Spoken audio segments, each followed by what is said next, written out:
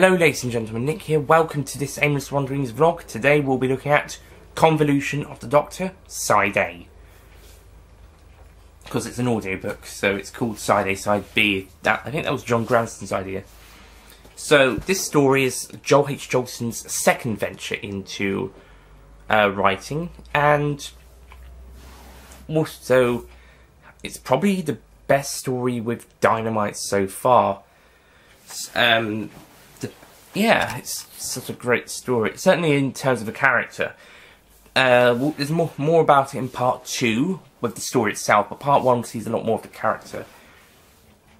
There's less moaning and moping around and all the quirks we were getting in Dynamite of the Doctor and all the sexual talk, and more story and a bit more of a energetic, fun Dynamite Doctor, as opposed to the moping around one. In the first half of this story, the Doctor and his new companion Christy, who we'll see a lot more of, go and visit Jeff the Axon, who was mentioned, well, as was Christy in Goodbye Goes to War, and they go and visit him in Cardiff, and he has his home is there, basically.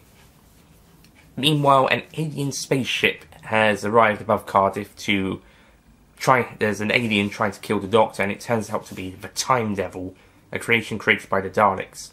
The Time Devil kills Jeff as he gets in the way of it trying to kill the Doctor, and then it kills the Doctor, sadly. But he had come up with a plan in order to survive, and he's using Christy to do that. Tune in to part 2, aka Side B, to find out more. But in the meantime, Side A has a really good story going to it. It's got really great moments with the Doctor and Christy together, and then with Jeff.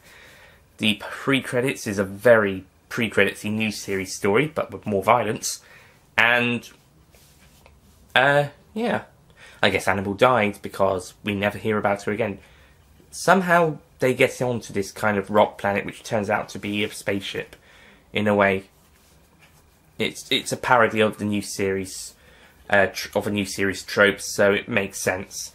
Although I think it's done I think the pre-credits characters being killed off at the start of the story are done a lot better in the first 2 Dynamite Wave 1 stories, because they kind of tie in a bit more to the story, whilst this one, it's a bit confusing why these 2 characters are here, as opposed to, actually, it makes sense of them to be here. Like, in more of the Doctors, there's a police officer sent to investigate loud noises.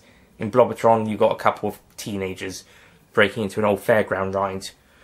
So it makes a lot of sense for those 2, but this one, not really, no. But after that, it's a pretty great story. It's a great episode and lots of fun. I'm loving the Billy Tracy old woman sound effect when the Doctor accidentally kicks her.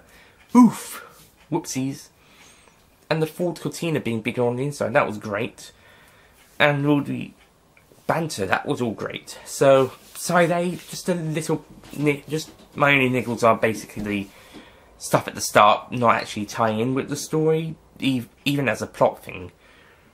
And even with new series stuff, they mostly tie in with the plot or setting in some way, but I just don't know why those characters were at the start of this one. I just don't know why they were there, apart from to be pre-credits sacrifices, pre-credit scenes sacrifices.